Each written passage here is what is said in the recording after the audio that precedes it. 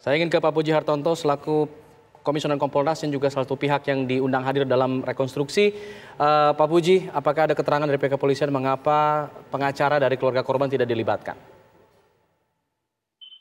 Terima kasih.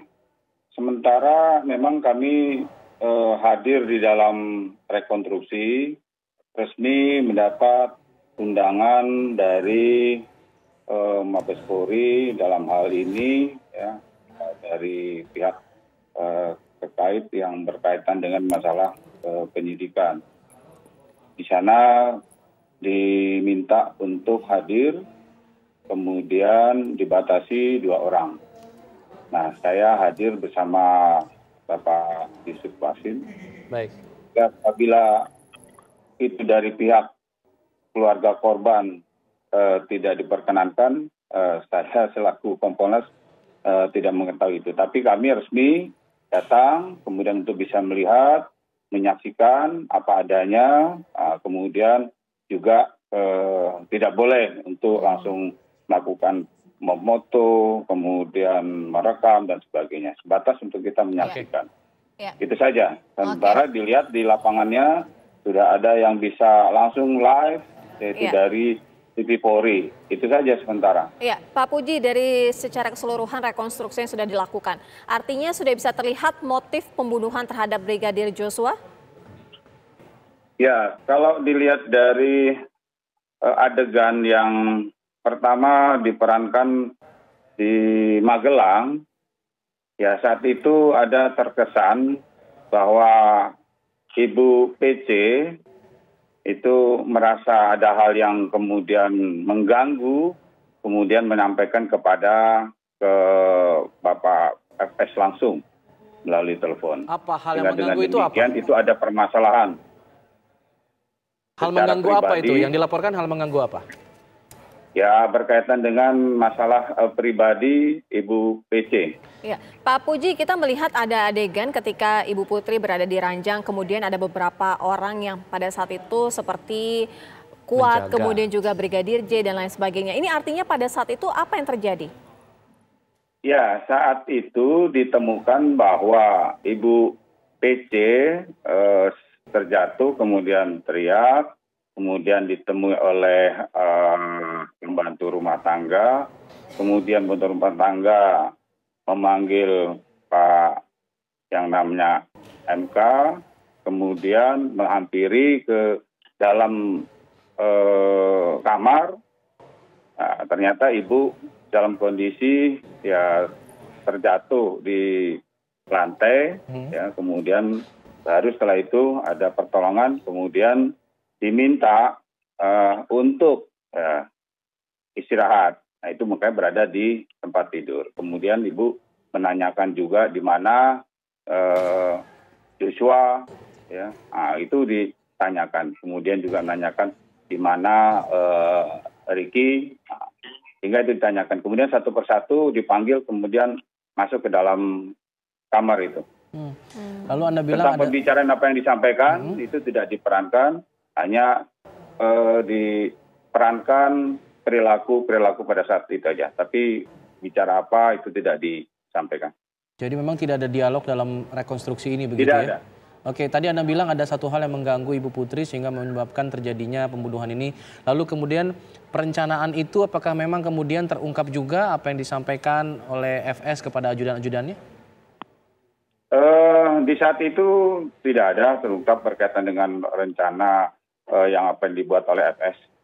Tapi yang jelas perintah terakhir dari Ibu PC kepada yang ada di situ, saya tidak ingat kepada siapanya, tapi diminta untuk besok pagi kita semua kembali ke Jakarta. Itu tegasnya. Iya, Pak Puji, secara keseluruhan poin-poin penting apa yang paling dicermati Kompolnas sejauh ini? Baik, saya terima kasih pertama kepada Kapolri dalam hal ini rekonstruksi bahwa Kompolnas resmi diundang dan menyaksikan langsung. Catatan Kompolnas sendiri yang pertama, ya kita melihat ini sudah bentuk transparansi yang dilakukan, yang mana tidak hanya kepada Kompolnas tapi Komnas HAM, kemudian lembaga kesaksian juga diundang, ya.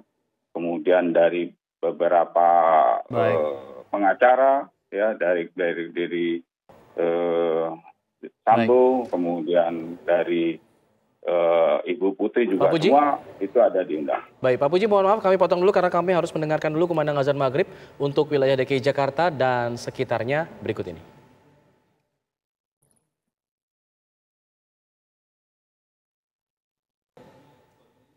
Selamat menunaikan ibadah sholat maghrib bagi Anda yang berada di wilayah DKI Jakarta dan sekitarnya. Kita kembali berdialog bersama para narasumber. Saya ingin kembali ke Bang Johnson Panjaitan. Bang Johnson, tadi disebutkan juga tidak ada keterangan yang disampaikan polisi terhadap pihak-pihak yang diundang mengenai tidak diundangnya kuasa hukum dari korban.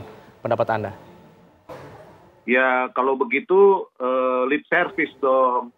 Omongan dari Kapolri itu dan omongan para pemimpin lain bahwa ini mau transparan. Karena begini, transparansi itu ya salah satu wujudnya adalah keterlibatan. Dengan keterlibatan ini tentu kita bisa melihat semua apa yang telah kita lakukan dalam rangka proses pro justisia ini. Karena kalau tidak, maka ini bisa salah orang dan juga bisa menuju kepada peradilan sesat. Baik. Jadi jangan main dengan transparansi dan partisipasi itu.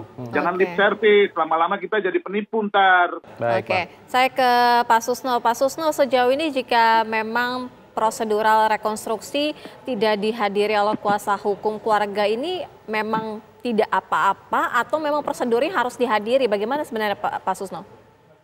Jadi begini, rekonstruksi ini katanya terbuka. Tapi ada juga yang mengatakan dari pihak kepolisian tertutup. Nah, kalau terbuka berarti semua orang boleh hadir gitu, diundang apa tidak diundang. Atau tertutup. Tertutup ada dua macam. Tertutup karena sifatnya memang tidak boleh orang lain hadir selain petugas rekonstruksi. Ini dilakukan untuk kejahatan-kejahatan susila seperti perzinaan. Ini bukan perzinaan, berarti bisa terbuka. Kalau ditutup berarti terbatas demi menjaga keamanan agar rekonstruksi berjalan lancar dan aman, tidak terganggu. Nah, sifatnya ini dengan melarang pengacara pihak korban itu sangat berkepentingan. Justru dia yang melaporkan. Nah, kalau memang misalnya tidak boleh melakukan sesuatu di dalam ruangan, tidak boleh memfoto, tidak boleh memvideo, tidak boleh mencampuri, ya dijelaskan aja. Anda boleh masuk, tidak boleh. Kenapa harus begitu? Karena sifat dari awal Pak Presiden menyatakan buka seluas-luasnya, transparan. Menko Polhukam sudah begitu, Kapolri berjanji juga di depan DPR sudah begitu. Nah, jadi akan cedera dia manakala ada yang boleh masuk, yang berkepentingan, ada yang tidak boleh. Nah, pelapor perkara 340 pembunuhan berencana dan 338 ini adalah pengacara pihak korban, pihak Brigadir Joshua Huta Barat. Dia sangat berkepentingan.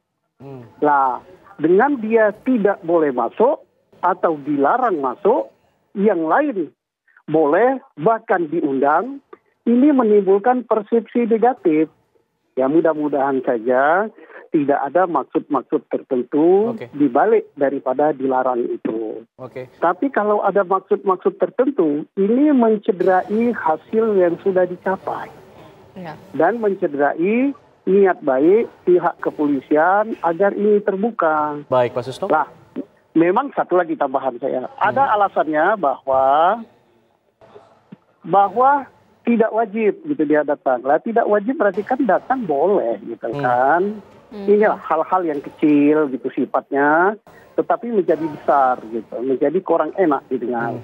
Begitu, terima kasih. Baik, Pak Susno, nanti mungkin saya ingin tanyakan mengenai apa yang kemudian jadi pertanyaan Bapak juga, masuk akal atau tidak rekonstruksi hari ini untuk mengungkap motif dengan adanya sejumlah kejanggalan-kejanggalan tadi. Nanti kami kembali sesaat lagi, tetaplah bersama kami di Kabar Petang.